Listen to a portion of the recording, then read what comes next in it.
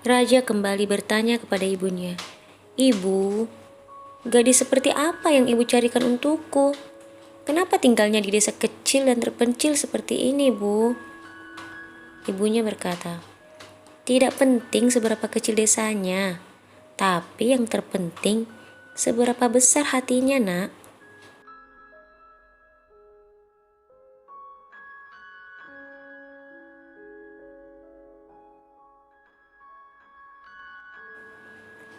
Lagi-lagi jawab ibunya Raja membuat dia geleng-geleng. Dan lagi-lagi Mustafa menepuk bahu Raja dan berkata, "Sabar, sabar, sabar."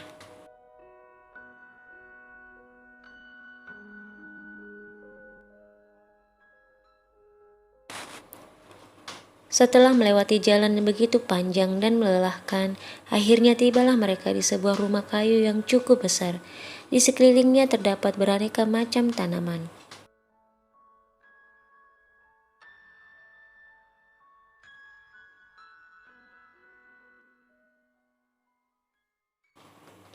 Mustafa lagi-lagi menggoda Raja dengan berkata, "Wah, Tuan Raja, setelah menikah nanti sepertinya kamu akan menjadi penerus Tuan Takur."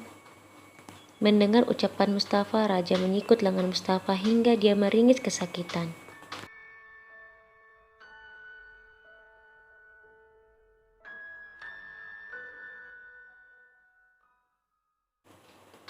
Di sana mereka disambut begitu meriah. Raja nampak mencari-cari seseorang. Lalu Mustafa berkata, "Hei, lihat gadis itu." Bibi pernah berkata bahwa calon istrimu seperti gadis itu, sambil melirik seorang gadis yang bertubuh gemuk dan hitam.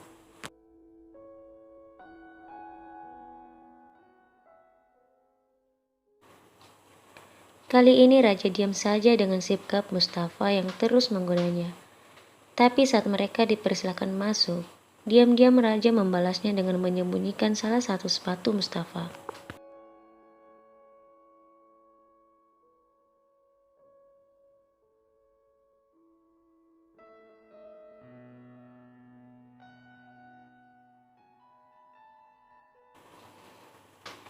Semua orang tengah berkumpul.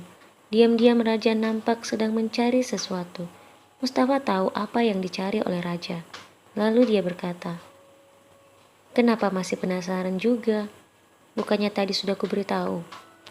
Raja berkata, "Apa kamu pikir ibu setega itu padaku?"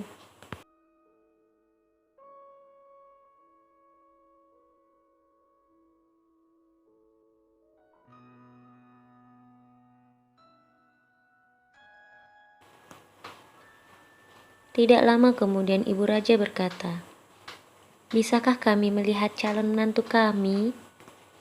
Salah satu orang di sana berkata, "Oh iya, tentu." Lalu dia memanggil sebuah nama. "Sania."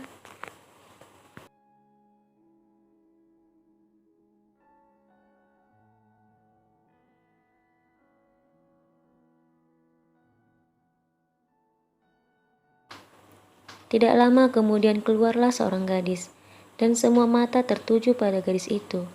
Mustafa hendak tertawa terbahak-bahak, namun Raja dengan cepat memukulnya sehingga dia menutup mulutnya, agar suaranya tidak terlalu terdengar oleh orang lain.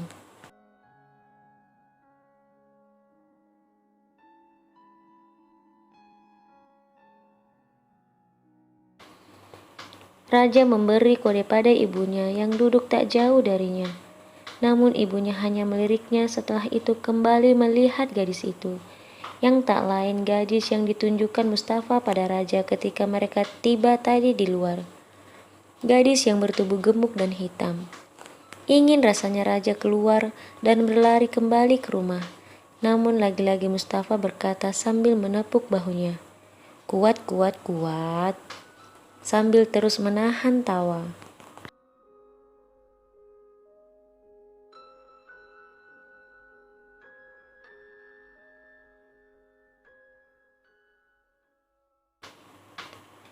Lalu seseorang berkata pada gadis gemuk itu, "Lastri, di mana Sania?" Gadis gemuk itu bernama Lastri, bukan Sania. Raja mengelus dadanya sambil menarik nafas panjang. Mustafa yang tadi berusaha menahan tawa sekarang hanya diam. Lalu Raja berkata, "Kenapa tidak sekalian saja kau melamar Lastri?" Mustafa meliriknya dengan tajam. Kini Raja yang tertawa.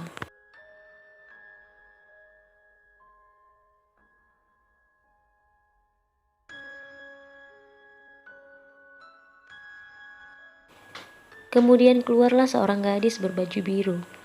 Tidak terlalu tinggi, tidak kurus, dan tidak gemuk. Tidak putih dan juga tidak hitam. Ya, sedang-sedang sajalah. Rambutnya panjang terurai, matanya bulat berwarna hitam. Ketika dia tersenyum, aduhai, Mustafa tidak berkedip.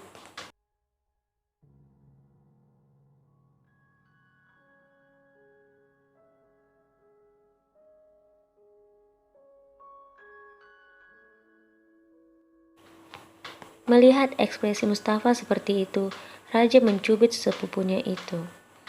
Raja berkata, "Apa yang kamu lakukan?" Mustafa berkata, "Aku sedang mengagumi ciptaan Allah."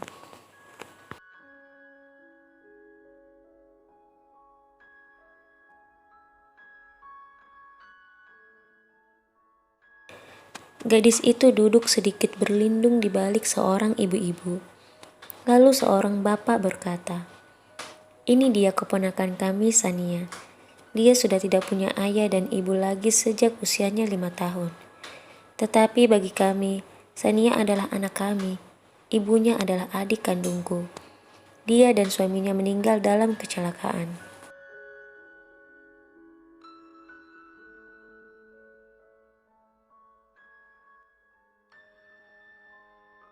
Mendengar ucapan paman Sania, orang-orang jadi terharu.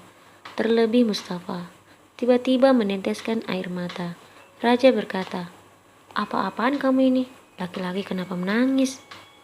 Mustafa berkata, "Sungguh gadis yang malang, tetapi hidupnya akan lebih malang setelah ini."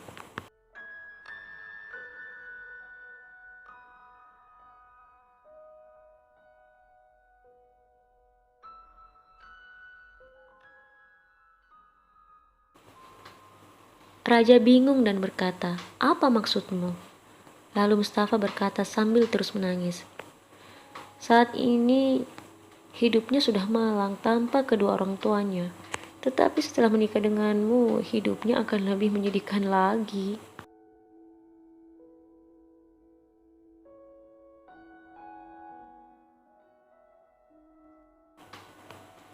Tentu saja Raja tidak terima ucapan Mustafa. Dia berkata, "Kita lihat saja, siapa yang malang, dia atau aku?" Mustafa semakin heran. "Apa?" Raja tidak menghiraukannya. Dia menyuruh Mustafa diam dengan menaruh telunjuknya di bibirnya.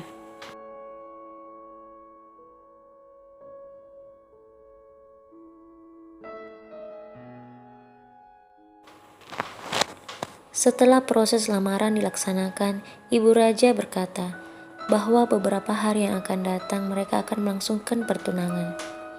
Lalu mereka pun berpamitan untuk pulang. Ketika semua orang berada di dalam mobil, Mustafa malah sibuk mencari sepatunya. Tanpa disengaja dia melihat Raja senyum-senyum di dalam mobil. Akhirnya dia tahu bahwa Raja adalah pelakunya. Di dalam hati dia berkata, "Tunggu pembalasanku ya."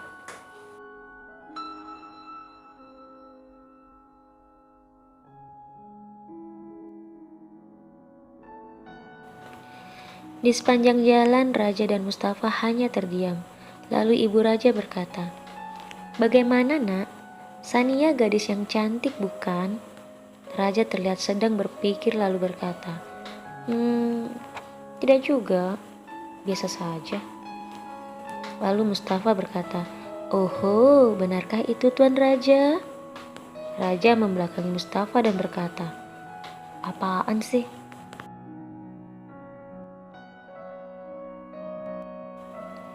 Melihat tingkah mereka, Ibu Raja hanya menggelengkan kepalanya dan tersenyum. Saat sampai di rumah, kedua adik Raja bertanya tentang calon istri Raja. Mustafa menceritakannya dengan penuh semangat. Lalu Raja berkata, "Ibu, Apakah ibu ingat gadis yang bernama Lasri? Diam-diam Mustafa jatuh cinta padanya, Bu. Tolong bicarakan pernikahan mereka juga, Bu. Jika tidak, Mustafa tidak akan bisa hidup.